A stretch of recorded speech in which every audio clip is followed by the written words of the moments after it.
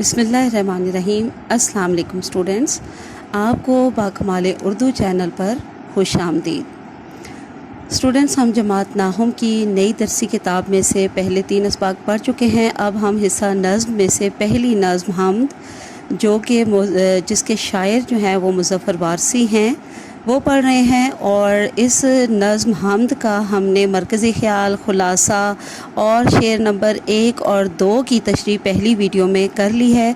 آج ہم اس سلسلے کی دوسری ویڈیو بنا رہے ہیں، جس میں ہم شعر نمبر 3 سے تشریح کرنا شروع کریں گے۔ شعر نمبر 3 ہے: وہی ہے مشرق وہی ہے مغرب، سفر کریں سب اسی کی جانب، ہر آئینے میں جو عکس اپنا دکھا رہا ہے وہی خدا ہے۔ اب سب سے پہلے مفہوم دیکھ لیتے ہیں۔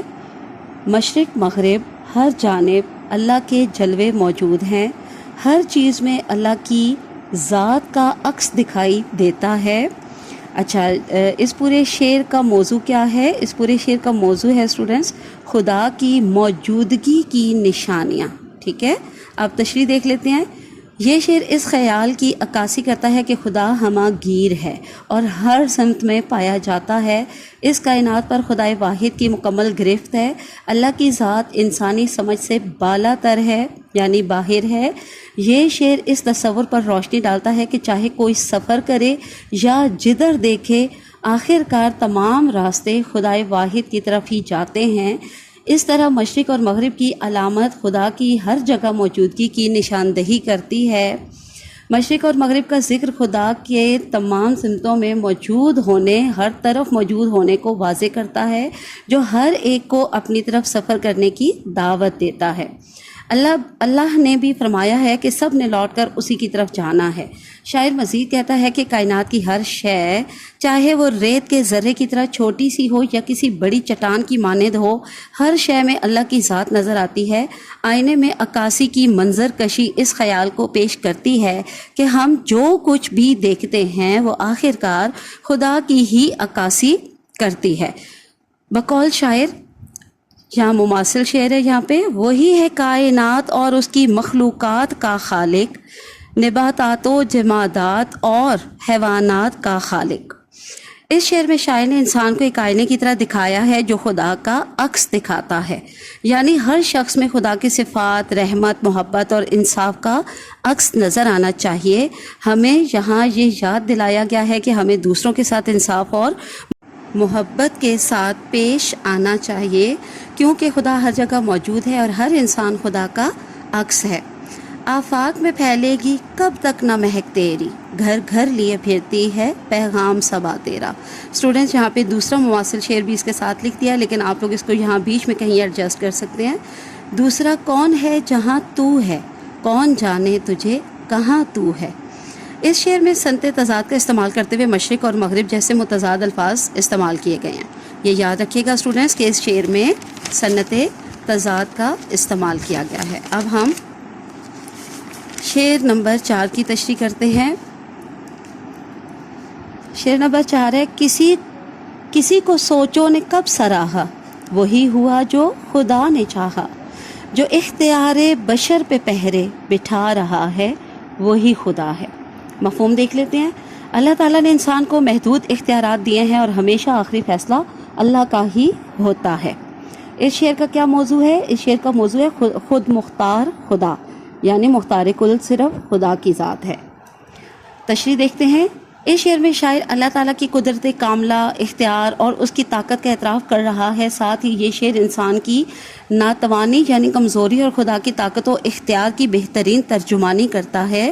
اس شعر میں شاعر کہتا ہے کہ پوری کوشش کے باوجود بھی انسان کی کوئی طاقت نہیں کہ جس سے وہ اپنے مقدر کو بدل سکے۔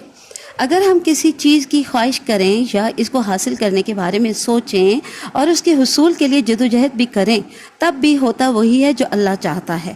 بقول میر تقی میر، ناحق ہم مجبوروں پر یہ تہمت ہے مختاری کی، چاہتے ہیں سو آپ کرے ہیں ہم کو ابس بدنام کیا۔ انسان کو اللہ نے محدود اختیارات سے نوازا ہے، اور ان محدود اختیارات کا مطلب یہ ہے کہ کوئی انسان کسی دوسرے انسان پر اپنی طاقت، مال، حکومت اور حسن کی بدولت ظلم و زیادتی نہ کرے۔ اگر انسان اپنے ان اختیارات سے تجاوز کرے گا تو جزا و سزا کے مرحلے سے گزارا جائے گا۔ اس لیے انسان کو اپنے محدود اختیارات کے ساتھ ہی زندگی گزارنی چاہیے، کیونکہ ان میں اللہ کی کوئی نہ کوئی حکمت پوشیدہ ہے۔ مماثل شعر دیکھیے، یہاں کے سپید و سیاہ میں ہم کو دخل جو ہے سو اتنا ہے، رات کو رو رو صبح کیا یا دن کو جوں توں شام کیا۔ یہ دنیا بہت جلد فنا ہونے والی ہے، یا انسان ایک مسافر کی طرح ہے، تھوڑی دیر رکا اور چلا گیا۔ اس لیے انسان دنیا کے معاملات میں دخل اندازی نہیں کر سکتا۔ اگر کوئی دخل ہے بھی تو وہ یوں ہے کہ وہ اپنی ضروریات زندگی کے لیے ہر وقت بھاگتا رہتا ہے۔ حقیقت میں اللہ کی ذات ہی قادر مطلق ہے، حقیقی اختیار کا مالک صرف وہی ہے۔ اس شعر سے ہمیں خدا کے اختیارات کی وسعت کا پتہ چلتا ہے کہ وہ اس کائنات کے ہر عمل میں خود مختار ہے، کوئی اس کے کام میں شریک نہیں۔ خدا کن کہتا ہے تو سب کچھ ہو جاتا ہے، کوئی انسان خدا کی مرضی کے بغیر کچھ نہیں کر سکتا۔ بقول شاعر، مدعی لاکھ برا چاہے تو کیا ہوتا ہے، وہی ہوتا ہے جو منظور خدا ہوتا ہے۔ جی، اب ہم شعر نمبر 5 کی تشریح دیکھتے ہیں۔ شعر نمبر 5 ہے، نظر بھی رکھے سماعتیں بھی، وہ جان لیتا ہے نیتیں بھی، جو خانہ لاشعور میں جگمگا رہا ہے وہی خدا ہے۔ مفہوم دیکھیے، ہماری ہر حرکت، بات اور نیت اللہ کے علم میں ہے، اور جو ہم سوچتے ہیں اس سے بھی اللہ پاک واقف ہے۔ اس شعر کا موضوع کیا ہے؟ اس شعر کا موضوع ہے خدا کی صفات۔ تشریح دیکھتے ہیں۔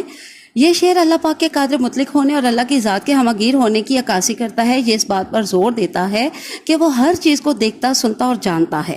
اس شعر میں اللہ تعالیٰ کی صفات، سب کچھ دیکھنے والا یعنی البصیر، سب کچھ سننے والا یعنی السمیع، اور سب کچھ جاننے والا یعنی العلیم کو بیان کیا گیا ہے۔ اللہ تعالیٰ اپنے کامل علم سے ہماری نیتوں کو جان لیتا ہے، جیسا کہ ارشاد پاک ہے کہ انما الاعمال بالنیات، یعنی اعمال کا دار و مدار نیتوں پر ہے۔ اللہ پاک ہمارے ہر عمل کے پیچھے چھپی ہماری نیت کو جانتا ہے۔ دوسرے مصرعے میں لفظ خانہ لاشعور، جو کہ ایک مرکب اضافی ہے، یہ بہت غور طلب لفظ ہے۔ عام تصور کے مطابق لاشعور دماغ میں موجود ایسی یادداشتوں کو کہا جاتا ہے جو عموماً انسان کی خواہش یا حسرت کی حیثیت میں اس کے ذہن میں موجود ہوتی ہیں، جنہیں یا تو وہ بھلا چکا ہوتا ہے یا ان کے پورا کرنے کی استطاعت نہیں رکھتا۔ شاعر کہتا ہے کہ اللہ کی رسائی انسان کے لاشعور میں بھی ہے، یعنی انسان کی سوچ اور نیت تک اللہ سے پوشیدہ نہیں۔ غرض یہ کہ خدا کا علم ہر چیز پر محیط ہے، بشمول اس کے جو ظاہر ہے اور جو کچھ انسان کے باطن میں پوشیدہ ہے۔ یہاں پہ ایک مصرع جو ہے وہ لکھا ہے، وہ دیکھیے، وہی خالق ہے دل کا اور دل کے نیک ارادوں کا۔ اللہ تعالیٰ انسان کی شہ رگ سے بھی زیادہ قریب ہے، وہ انسان کی ہر نقل و حرکت سے واقف ہے، وہ ہر قول و فعل سے آگاہ ہے، اسی طرح وہ انسان کی اچھی بری نیتوں کو بھی جانتا ہے۔ مماثل شعر دیکھیے، قبضہ ہو دلوں پر کیا اور اس سے سوا تیرا، ایک بندہ نافرماں ہے حمد سرا تیرا۔ مختصراً یہ کہ اللہ تعالیٰ انسان کی سوچوں اور ارادوں سے آگاہ ہے اور انسان کے ہر عمل کو دیکھتا اور جانتا ہے۔ وہ انسان کے لاشعور میں موجود ہے جس کی انسان کو خبر بھی نہیں۔ خدا، اچھا یہاں پہ یہ آخر میں پھر ایک مماثل شعر ہے، خدا ایسے احساس کا نام ہے، رہے سامنے اور دکھائی نہ دے۔